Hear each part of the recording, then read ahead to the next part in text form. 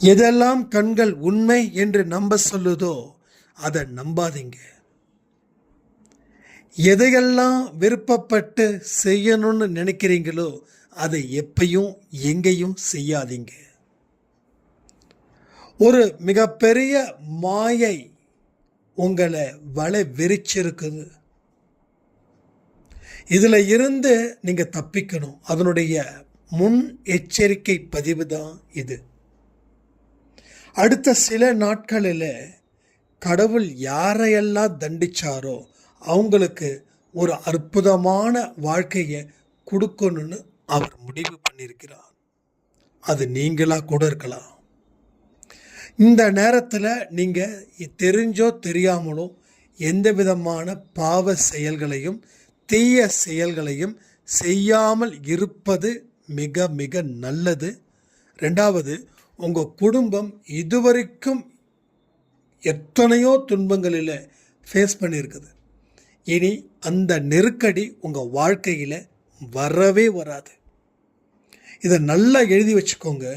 நீங்கள் எந்த அளவுக்கு உறுதியாக இந்த பதிவில் சொல்வது போல உங்கள் மனசை நீங்கள் சரி பண்ணிட்டீங்கன்னா உங்களுக்கு நிச்சயம் நல்லதே நடக்கும்.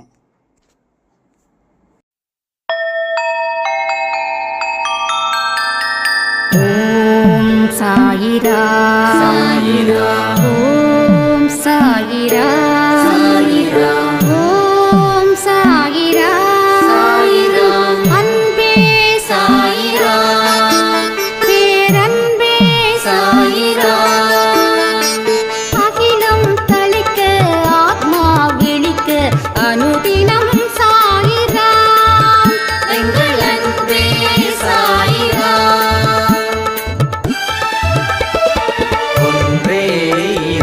ஒன்றே பூமிக்கென்றும் சாயிரா, சரணம் சாயிரா, நன்றே செய்து வாழ்வோம், நாம் ஒன்றே செய்து வாழ்வோம், அன்பே சாயிரா.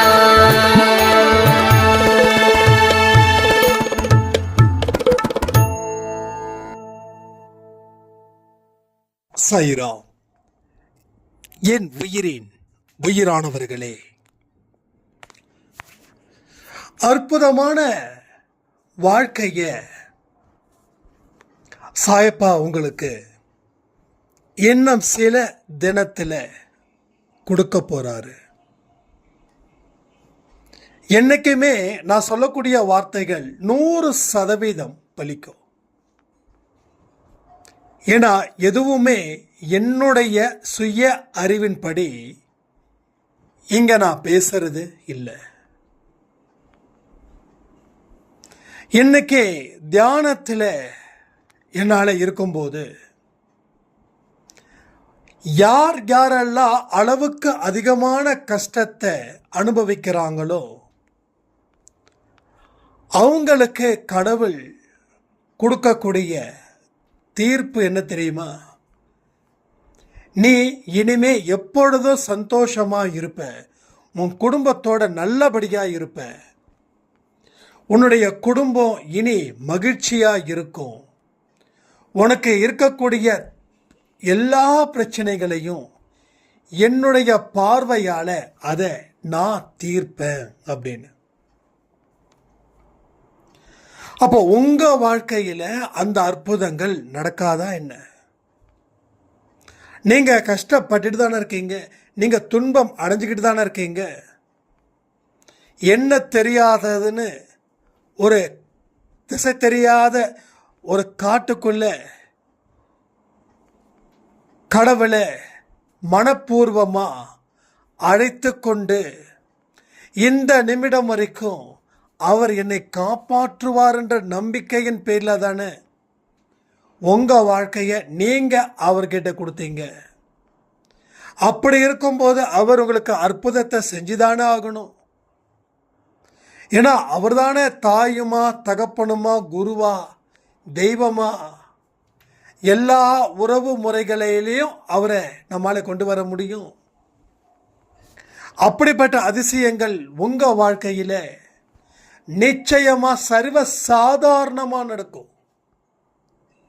மற்றவர்களுக்கோ 7 கடலை தாண்டணும், நீங்க ஒரு வாய்க்காலை தாண்டினாவே போதும், உங்களுக்கு அந்த அற்புதம் அதிசயம் நடக்கும். நாம செய்த சின்ன சின்ன தப்புகளுக்கு கூட கடவுள் ஏன் தண்டனை கொடுக்குறாரு? இங்க ஒரு சாய்ராம் சொன்னாங்க, இப்போ எல்லாம் எனக்கு நான் சின்னதாக ஒரு தப்பு பண்ணா கூட சாய்ப்பா என்னை தண்டிக்கிறாருன்னு. அதுக்காக கடவுளுக்கு நன்றி சொல்லுங்க. பிள்ளை தப்பு பண்ணா அப்பா கண்டிக்கணும். அப்போ அதை கண்டிக்கும் போதே அந்த தண்டனை போயிடும். அப்பா ஒருவேளை தண்டனை கொடுக்கல, கண்டிக்கலை அப்படின்னா அந்த பாவம் பெருசாகி சம்பந்தமே இல்லாதவன், முகம் தெரியாதவன், இல்லை நமக்கு வேண்டப்படாதவன் அந்த வேலையை நமக்கு செய்வான். நம்ம அப்பா தண்டிச்சா அது வீட்டுக்குள்ள, நமக்கு வேண்டப்படாதவ தண்டிச்சா அது வீட்டுக்கு வெளியில. வீட்டுக்குள்ள மானம் போடுறது பிரச்சனை இல்லை, ஆனால் வெளியில மானம் போயிடுச்சுன்னா பிரச்சனை. அப்போ கடவுள் உங்களை தண்டிக்கிறாரா அப்படின்னா அவருக்கு இப்போ இந்த பதிவில் நன்றியை மட்டும் சொல்லுங்க. தயவு செய்து அவர் மேலே கோபப்படாதீங்க. ஒரு குழந்தை நல்லபடியாக வளர்க்கணும் அப்படின்னா அவங்க அப்பாவால் தான் முடியும். கண்டிக்கிற இடத்துல கண்டிச்சும் அரவணைக்கிற இடத்துல அரவணைக்கவும் செய்யணும். That's a duty. அதுதான் அவங்க கடமை. அப்போ அப்பா தண்டிக்கலைன்னா என்ன ஆகும்? வெளியில் யாராவது ஒருத்தவங்க தண்டிக்க வேண்டிய சூழ்நிலை வரும். தண்டிக்கிறவன் மட்டமானவனாக இருப்பான், புரிஞ்சுக்கோங்க. வெளியில் தண்டிக்கிறவன் மட்டமானவனாக இருப்பான், அவன் அசிங்கம் பிடிச்சவனாக இருப்பான், அவன் கீழ்த்தரமான வேலைகளை செய்கிறதுல கில்லாடியாக இருப்பான். அவன் நம்மளை தண்டிச்சா அது நமக்கு அவமானம். ஆனால் பெத்த அப்பா தண்டிச்சா அது நமக்கு வெகுமானம். ஏன் வெகுமானம் சொல்கிறேங்க? அப்பாவே தண்டிச்சிட்டாரு, இப்போ உன்னுடைய தவறை நீ திருத்திக்கிற. நீ தவறை திருத்திக்கும் போது நீ தவறுகள் செய்ய போவது இல்லை, அதனால பாவங்கள் செய்யல. ஸோ கீழ்த்தரமானவன் யாரை தண்டிப்பான் தெரியுமா?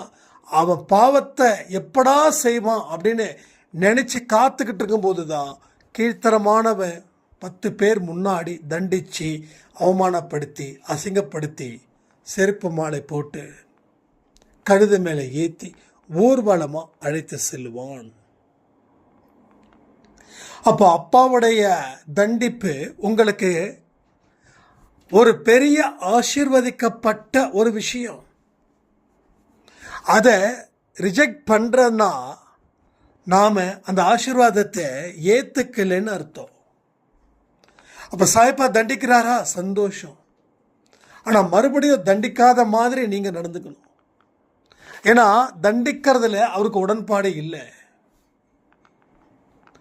மீண்டும் மீண்டும் ஒரே தவறை செஞ்சால் அவருடைய மனசு வேதனைப்படும்ல. ஸோ அவருடைய மனசனை வேதனைப்படுத்தக்கூடாது இல்லை. அதுதானே அன்பே சாயில சொல்லிக் கொடுக்கக்கூடிய முக்கியமான பாடம். அப்போ யாரெல்லாம் கடவுள் தண்டிக்கிறாரோ அவங்க எல்லாருமே என்னது? ஆசீர்வதிக்கப்பட்டவர்கள். ஆனால் திரும்ப திரும்ப தவறுகளை செஞ்சால் ஆசீர்வதிக்கப்படாதவர்கள் இல்லை. அவர்கள் பேயினாலேயும் பிசாசினாலேயும் பூதத்தினாலேயும் ஆசீர்வதிக்கப்பட்டவர்கள். திரும்ப திரும்ப நமக்கு தெரியுது இது தப்புன்னு தெரியுது. ஏன் செய்கிறோம்? கடவுள் தண்டனை கொடுப்பாருன்னு தெரியும். கடவுள் தண்டனைக்கு பின்னாடி அவர் மனசை கஷ்டப்படுத்துறதுன்னு தெரியும். அதேமாரி நம்ம செய்கிறோன்னா, நீங்கள் உங்களை யார் தலையில் கை வச்சு ஆசீர்வதிக்கிறாங்கன்னா கெட்ட சக்தி கொண்ட அசுரன்.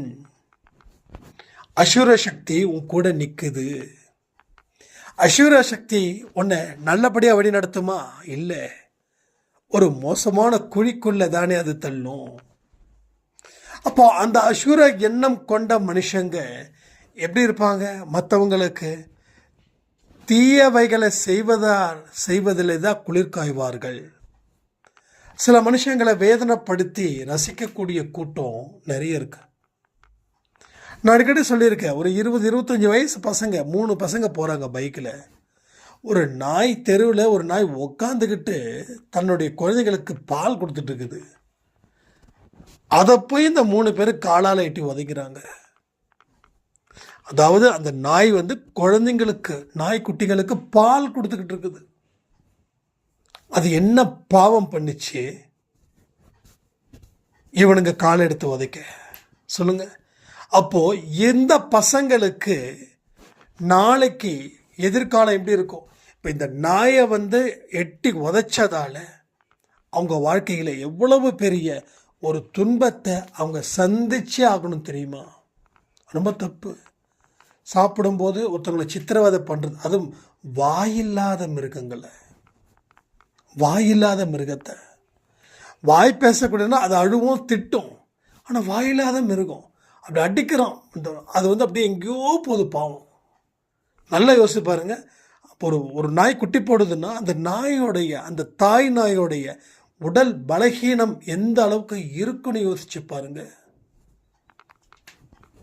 இதெல்லாம் மனசில் வச்சுக்கணும். இதெல்லாம் என்ன நாய் தானேன்னா, டேய் நாய் தான்டா, அதுக்கு உயிர் இருக்குது, அதுக்கு உணர்வு இருக்குது, அதுக்கும் பசிக்கும், அதுக்கும் ரெஸ்ட்டு தேவைப்படும். நல்லா பாருங்க, ரோட்டில் மழை பெஞ்சா நாய்ங்க ஓடுறது, ஒதுங்கிறதுக்கு இடம் இல்லாமல் இதாகும்.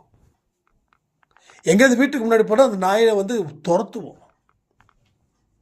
நாய் கடிக்குது போது வருது, அதில் யோசிக்க வேண்டிய விஷயம்தான், அதில் இல்லைன்னு சொல்லலை.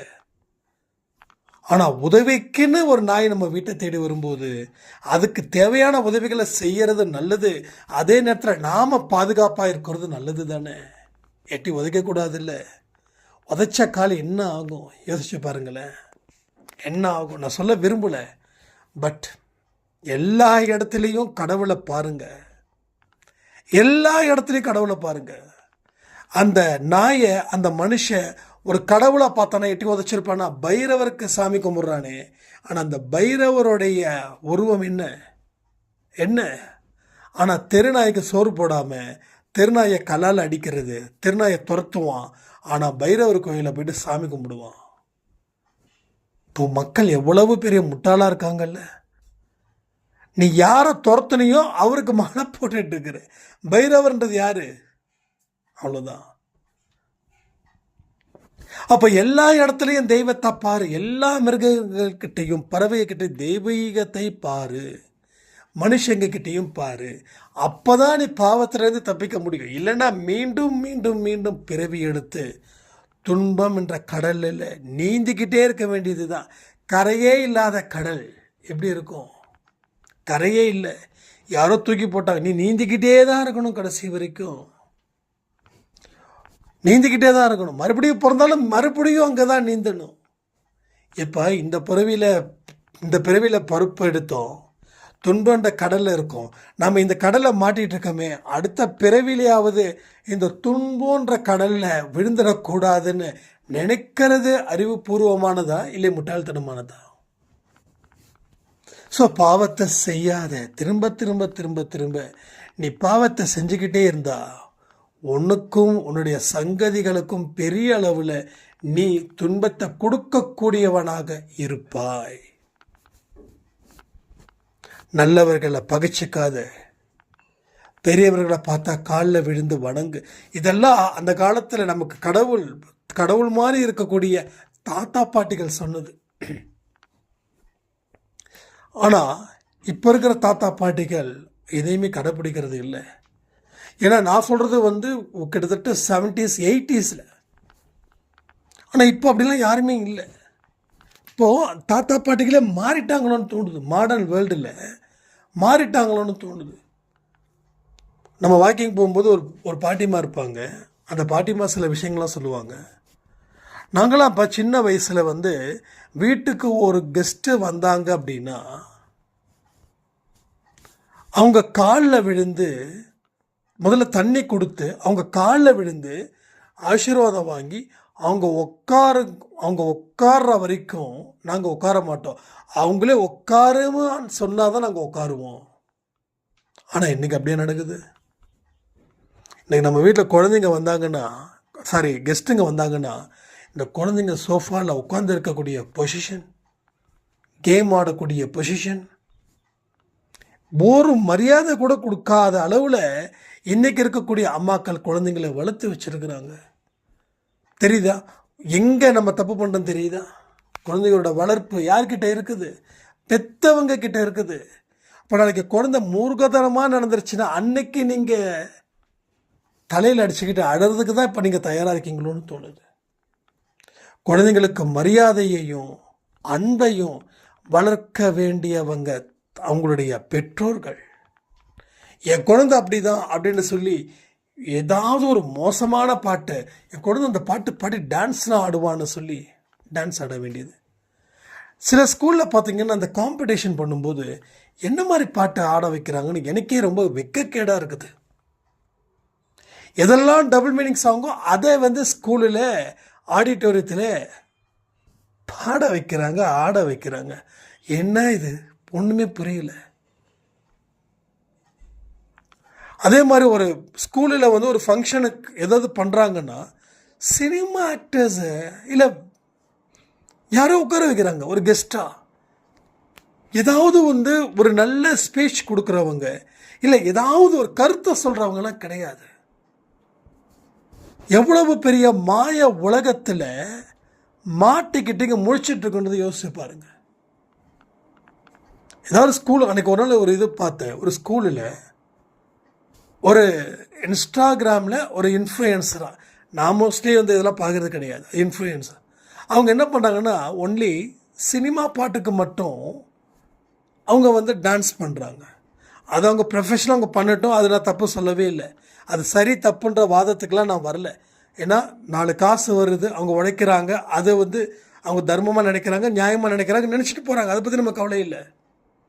ஆனால் அந்த ஸ்கூலில் இருக்கக்கூடிய பிரின்சிபல் என்ன இருக்குது, இவங்களை ஏன் வர சொல்லணும், நம்ம ஸ்டூடெண்ட்டுக்கு இவங்க என்ன சொல்லி கொடுக்க போகிறாங்க, என்ன கருத்து சொல்ல போகிறாங்க, அதெல்லாம் இல்லை. நல்லா புரிஞ்சுக்கோ. இல்லை ஏன் சொல்கிறேன் அப்படின்னா அவங்க அப்படி தான் செய்வாங்க. அவங்க மேலே நம்ம கோவப்பட வேண்டிய அவசியமே இல்லை. ஆனால் நம்ம வீட்டில் நம்ம குழந்தைங்களுக்கு நாம் தான் டீச்சராக இருக்கிறோம். ஓகே, நாம் தான் டீச்சராக இருக்கிறோம். ஸ்கூலில் இருக்கிறவங்க அவங்க அப்படி தான். ஏன்னா அவங்களுக்கு ஒரு தேவை, ஒரு அட்வர்டைஸ்மெண்ட், அவங்களுக்கு தேவை இது மாதிரி ஒரு விஐபிஎஸ் வந்திருக்காங்க அப்படின்னு சொல்லி பெருமையாக நினைக்கிறாங்க. ஸோ கருத்துக்கள் அங்கெல்லாம் ஒன்றுமே இல்லை, கருத்து பரிமாற்றம் ஒன்றுமே இருக்காதுங்க. இருந்தால் ஓகே, யார் சொன்னாலும் ஏற்றுக்கிறோம், அது தப்பே இல்லை. ஆனால் என்ன இருக்குது, ஏன் என்ன கருத்து சொல்கிறாங்க, கருத்து சொல்லக்கூடியவர்களை உள்ளே உட்கார வச்சுருக்கிறோமா, அதெல்லாம் இல்லை. ஸோ இன்றைக்கி உலகம் இப்படி தான் இருக்கும்.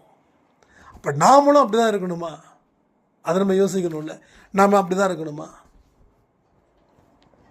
ஸோ உலகம் ஏன் ஒரு மாதிரி போகுது அப்படின்னா எல்லா மனுஷனுங்களும் மாயைக்குள்ளேயே போகிறாங்க, மாயக்குள்ளேயே குடியிருக்கிறாங்க. அது நிரந்தரம் அப்படின்னு நினைக்கிறாங்க.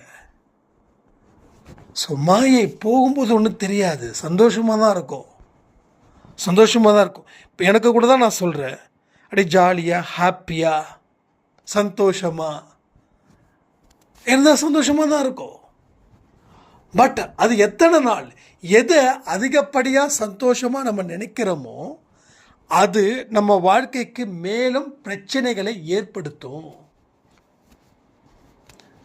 அந்த சந்தோஷமாக இருக்கணுன்றதுக்காகவே பலரை நம்ம வம்புக்கு எடுப்போம், பலர் மேலே பொறாமையும் நாம் படுவோம்.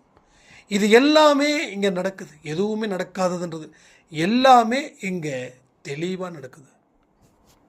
இப்போ நாம் செய்ய வேண்டிய வழிமுறைகளை நாம் நிறுத்திட்டோம் அப்படின்னா நம்ம வாழ்க்கையில் பல இடத்துலையும் பல குழப்பத்தை, பல விதமான சங்கடத்தையும் நாம் அந்த இடத்துல நின்று அதை ஃபேஸ் பண்ணித்தான் ஆகணும்.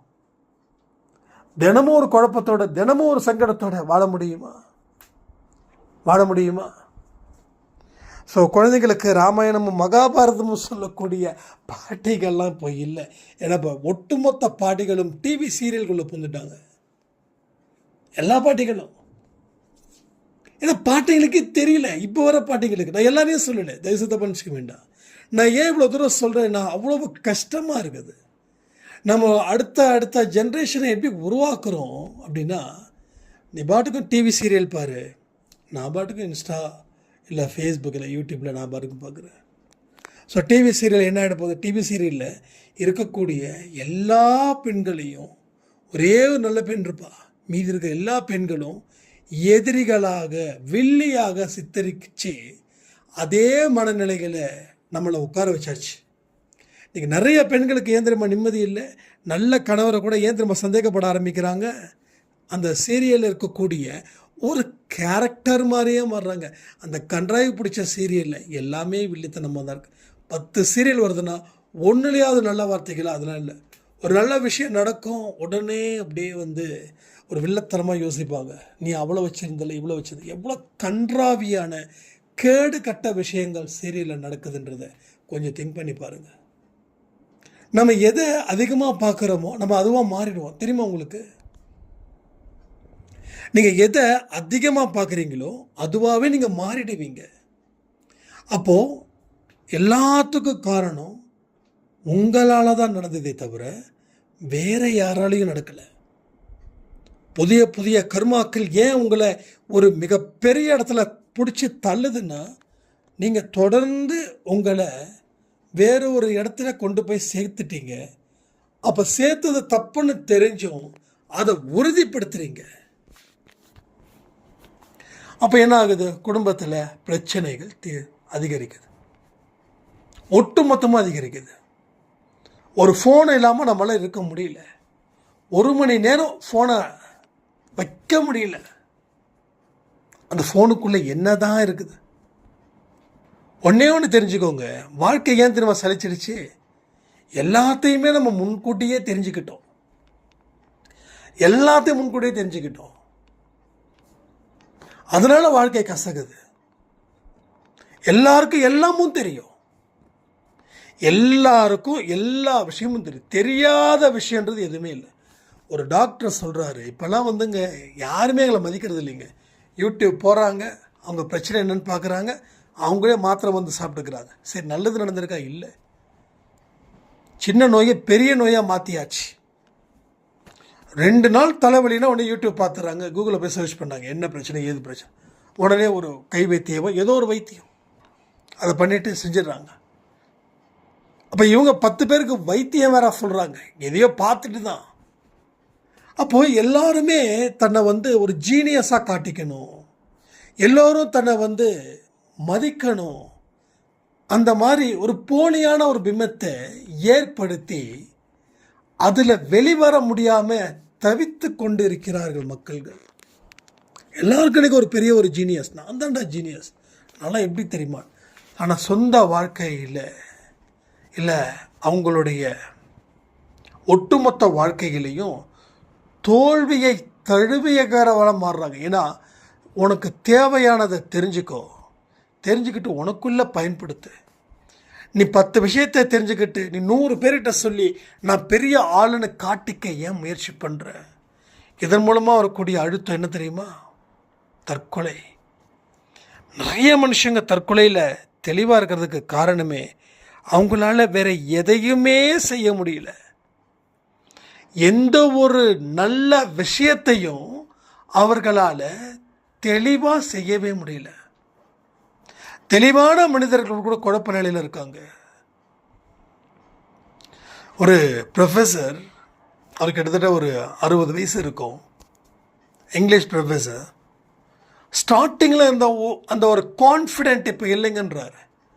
நான் ஒரு ஸ்டேஜில் நல்லா சம்பாதிக்கிறார், மாதம் ஒரு 1.25 லட்ச ரூபா சம்பாதிக்கிறார். நல்ல பெரிய காலேஜ் அது, கோயம்புத்தூரில் வந்து பிக்கெஸ்ட் பெரிய காலேஜ். பட் அவரால் அது சரி பண்ண முடியல சில விஷயத்தை. ஏன் அப்படின்னா இன்றைக்கி இருக்கக்கூடிய வாழ்க்கையில் இருக்கக்கூடிய அழுத்தம். ஸோ மன நிம்மதியை மட்டும் இழந்துட்டோம் அப்படின்னா நம்மளாலேருந்து மீண்டு வருவதுன்றது ரொம்ப கஷ்டங்க, ரொம்ப ரொம்ப கஷ்டம். சின்ன பிரச்சனையை சின்னதாக தீர்த்திக்கிறது நல்லது, அதை விட்டுட்டோம் அப்படின்னா அது வேறு லெவலில் கூட்டும்.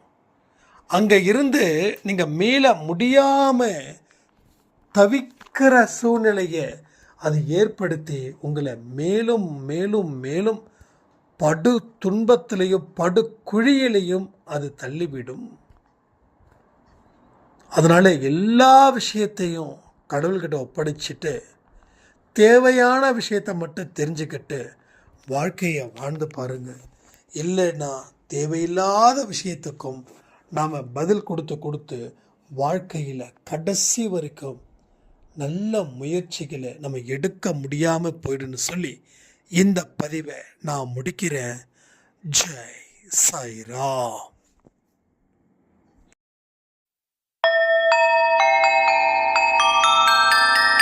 ஓம் சாயிரா சாயிரா ஓம் சாயிரா சாயிரா